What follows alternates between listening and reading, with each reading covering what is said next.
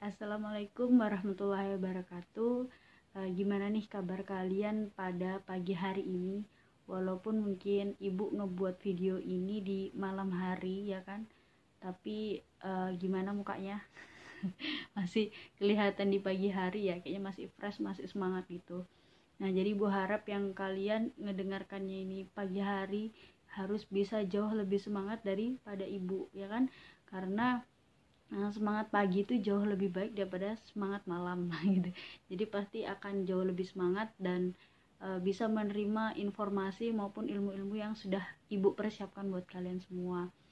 Nah, mungkin pada pagi hari ini ibu belum bisa mengajar secara virtual atau maksudnya menggunakan Zoom. Jadi alhasil kita belajar menggunakan video ini, oke? Nah, jadi silakan dinikmati. Nanti jika memang ada materi yang mungkin kurang jelas dan kurang dimengerti sama kalian, bisa langsung ditanyakan kepada ibu gitu ya. Atau kalau memang ibu nggak bisa jawab cepat, berarti coba tanya temannya yang menurut kalian memang mampu untuk ngerjakan gitu. Nah, mungkin langsung aja silahkan dipersiapkan buku-bukunya.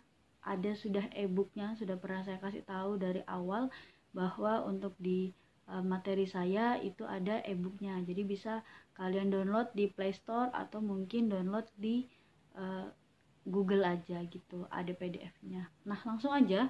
Jadi pada hari ini kita bakalan belajar tentang ini dia. Ini dia.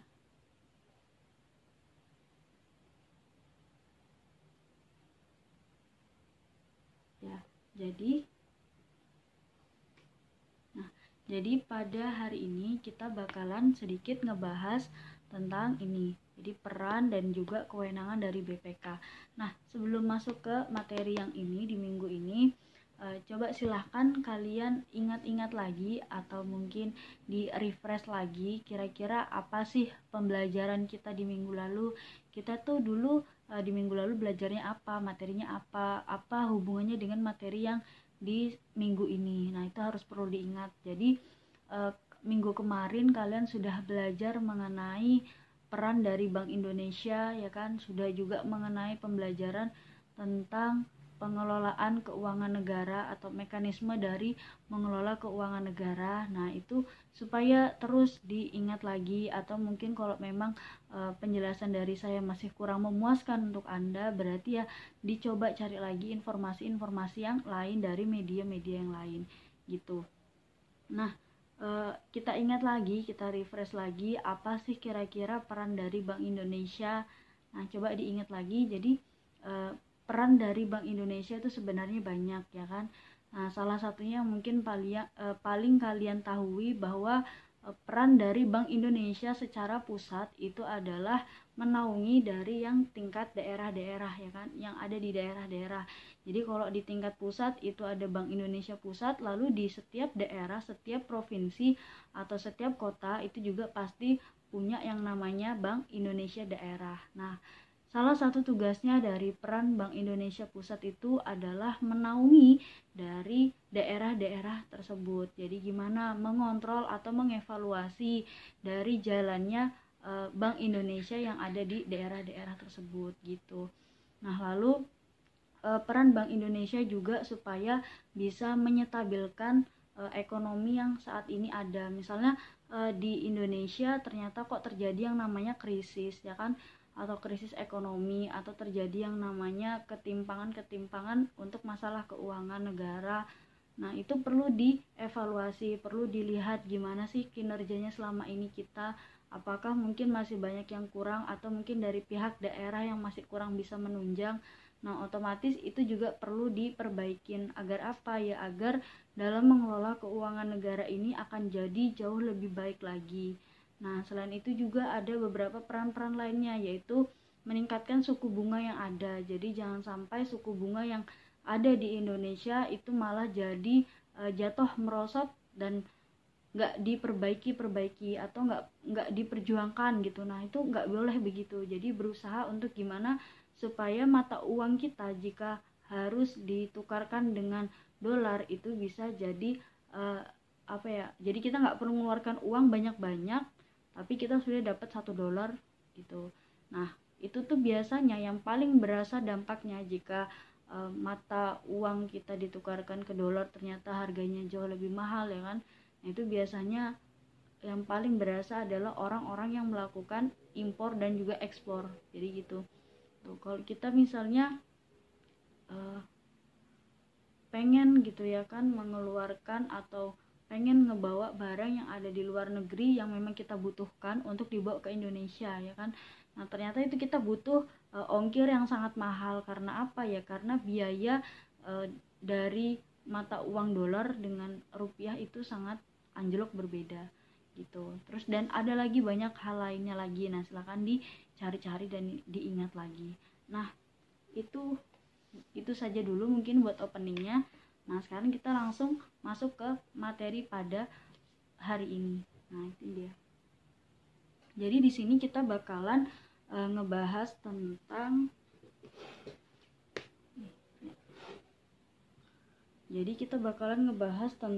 peran dan juga kewenangan dari BPK. Apa sih itu BPK? Kalian tahu nggak sih BPK itu apa? Atau mungkin pernah dengar sebelumnya BPK itu apa?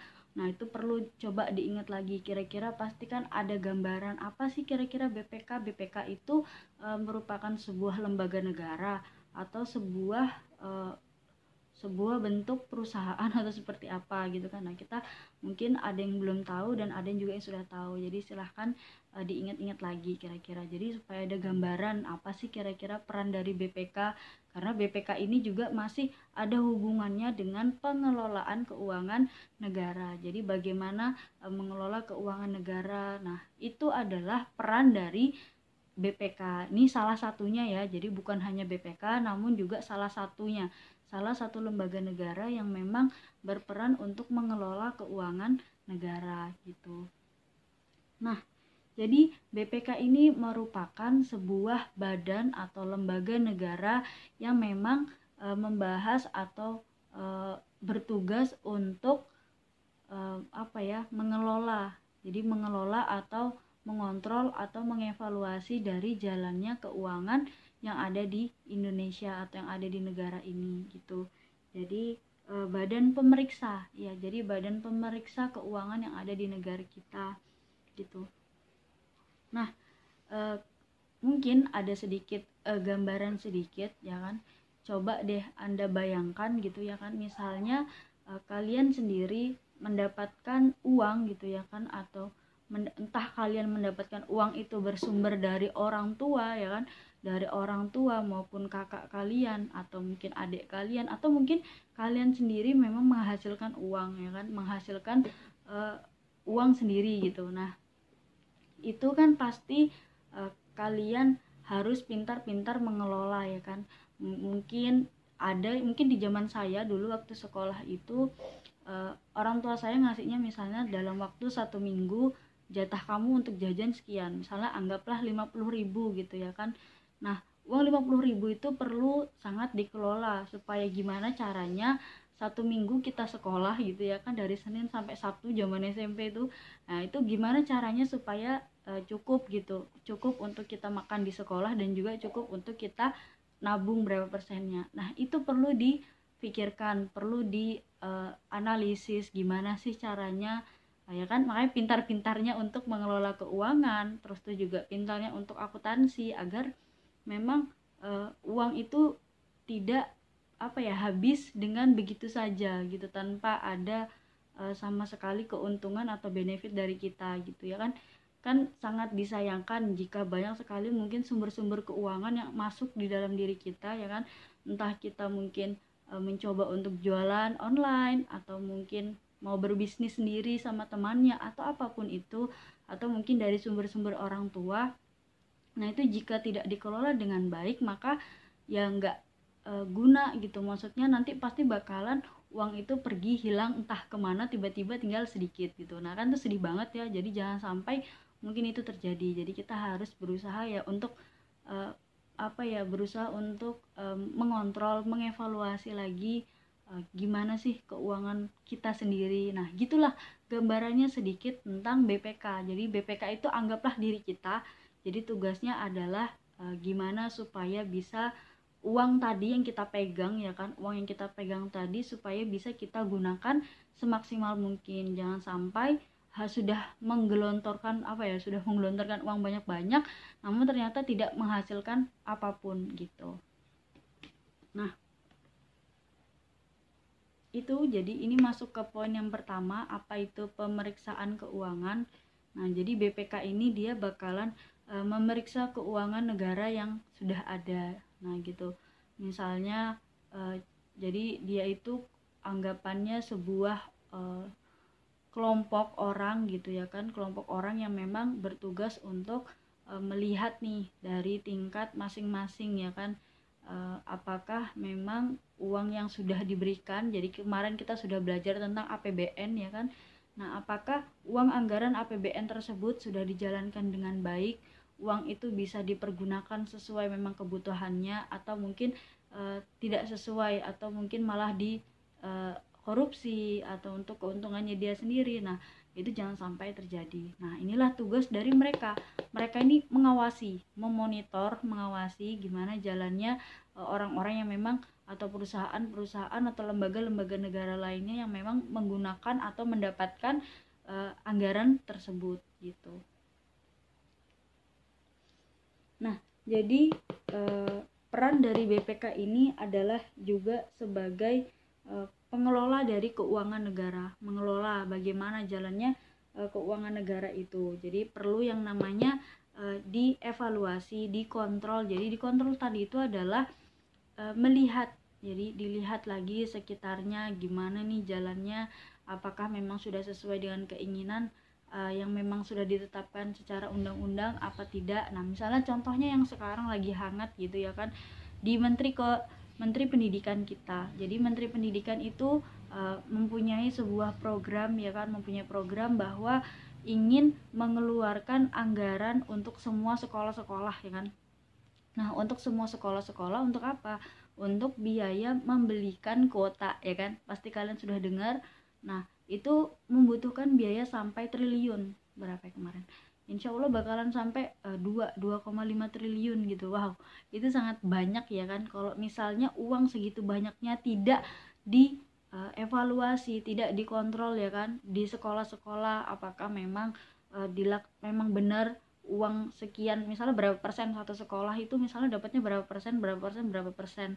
Nah, apakah memang benar-benar dipakai untuk kuota internet atau mungkin dibelikan hal lainnya. Nah, itu kan perlu yang namanya dilihat, perlu yang namanya di monitoring. Nah, gitulah sedikit tugasnya dari BPK. Cuman untuk BPK dia lebih mengevaluasi kepada menterinya. Jadi kayak Menteri Pendidikannya itu yang dilihat uang ini sudah disubsidikan kemana aja. Nah, nanti dari menterinya atau bukan menterinya, maksudnya menteri kan punya kaki tangan lagi ya, maksudnya punya wakil-wakilnya lagi. Nah, wakil-wakilnya di bidang keuangan kan ada juga. Nah, itu dilihat nanti dari BPK-nya atau mungkin anggota dari BPK-nya nanti bakalan ngelihat ke kementeriannya. Jadi apakah memang uang itu sudah baik didistribusikan ke sekolah-sekolah dengan nominal berapa sekiannya, lalu rinciannya untuk apa saja, habis berapa miliar misalnya kan, atau berapa juta untuk satu sekolah.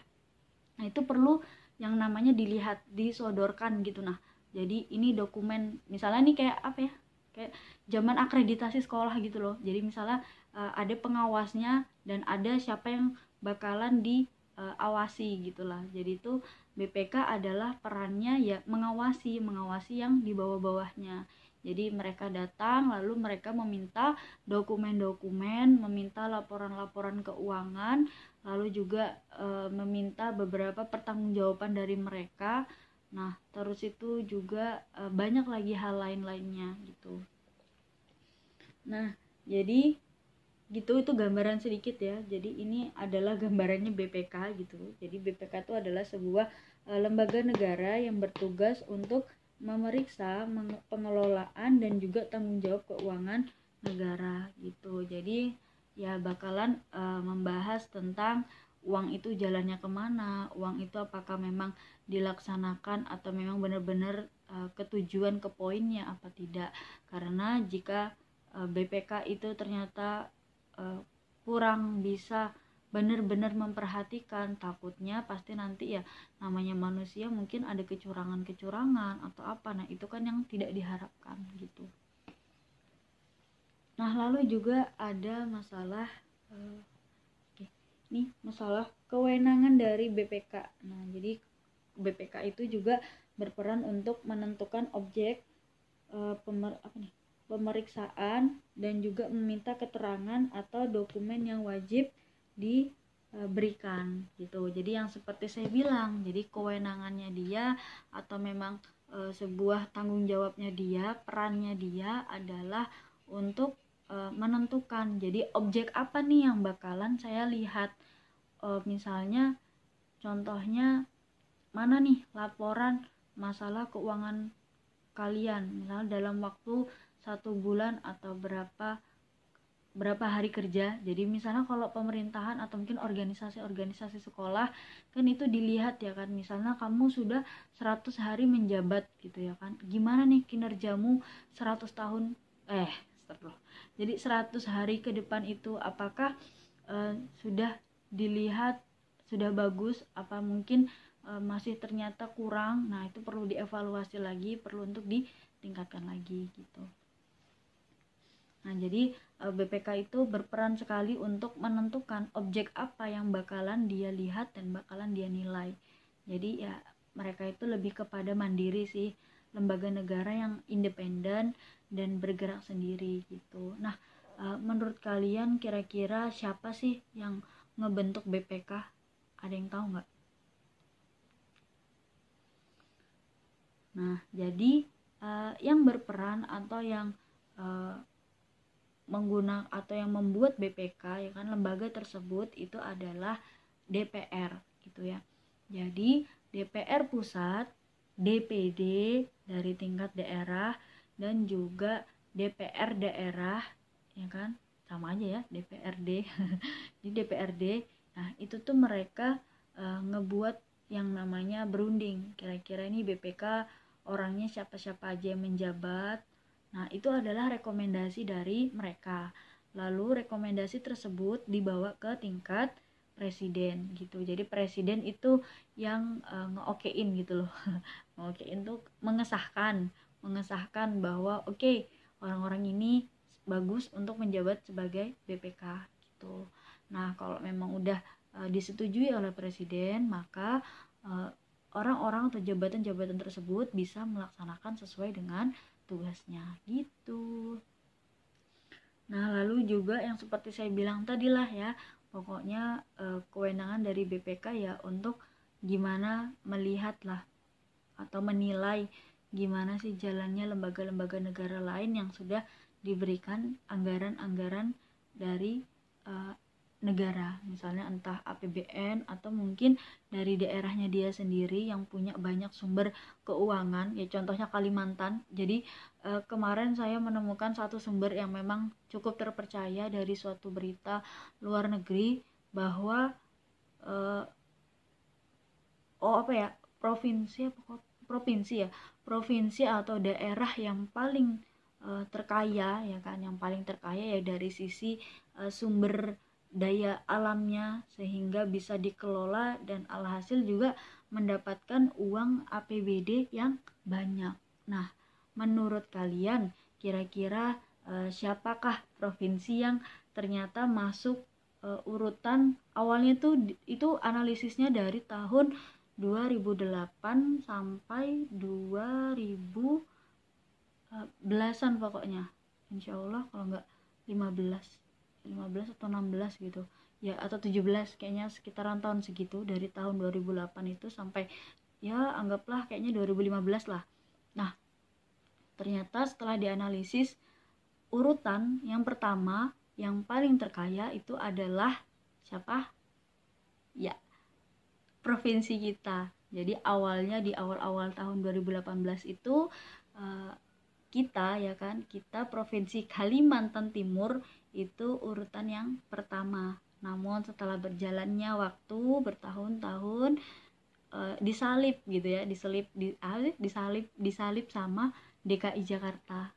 Nah dan analisis yang terakhir itu ternyata DKI Jakarta yang urutan pertama terkaya industri. Jadi kan di sana perekonomiannya bener-bener ya sangat berkembang ya kan.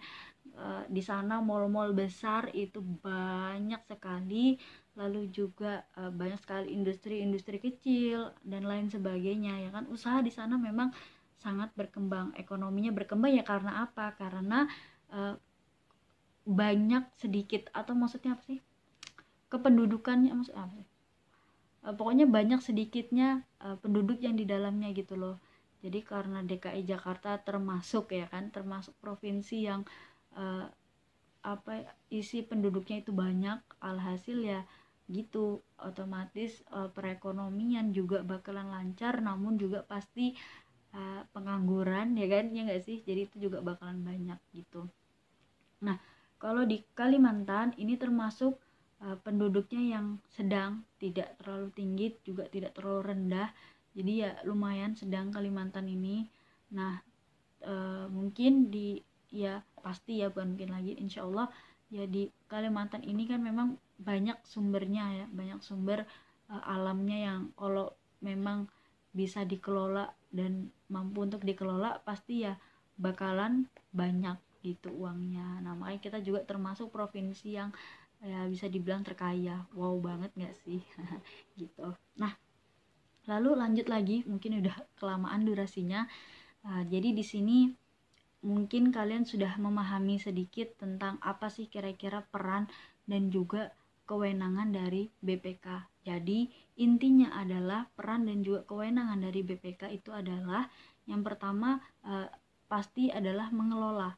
Jadi mengelola atau mengontrol atau mengevaluasi gimana sih uang yang sudah beredar di lembaga-lembaga lainnya ya kan, yang telah mendapatkan sumber-sumber keuangan memang itu yang haknya negara gitu. Kalau memang bisa digunakan dengan baik atau uangnya memang digunakan semestinya ya alhamdulillah, berarti tugasnya BPK itu sudah baik, udah bagus. Nah namun pasti ada lah ya oknum-oknum yang mungkin mucil gitu ya kan. Nah alhasil mereka otomatis perlu yang namanya dikontrol. Agar apa ya, agar sesuai dengan apa yang diinginkan oleh negara, agar memang lembaga tersebut itu ya berguna untuk negara gitu.